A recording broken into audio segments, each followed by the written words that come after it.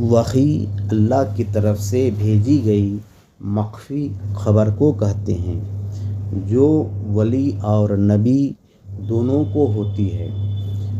ولی کو جو وحی ہوتی ہے اسے کشف اور الہام کہتے ہیں، اور نبی کو جو وحی ہوتی ہے اسے علم الغیب کہتے ہیں۔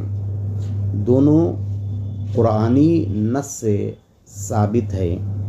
اللہ تبارک تعالیٰ فرماتا ہے کہ میں موسیٰ کی ماں کی طرف وحی کیا، وہ ولیہ تھی۔ دوسری طرف اللہ تبارک تعالیٰ فرماتا ہے اے میرے حبیب، میں جو آپ کی طرف وحی کرتا ہوں وہ غیب کی خبر ہے۔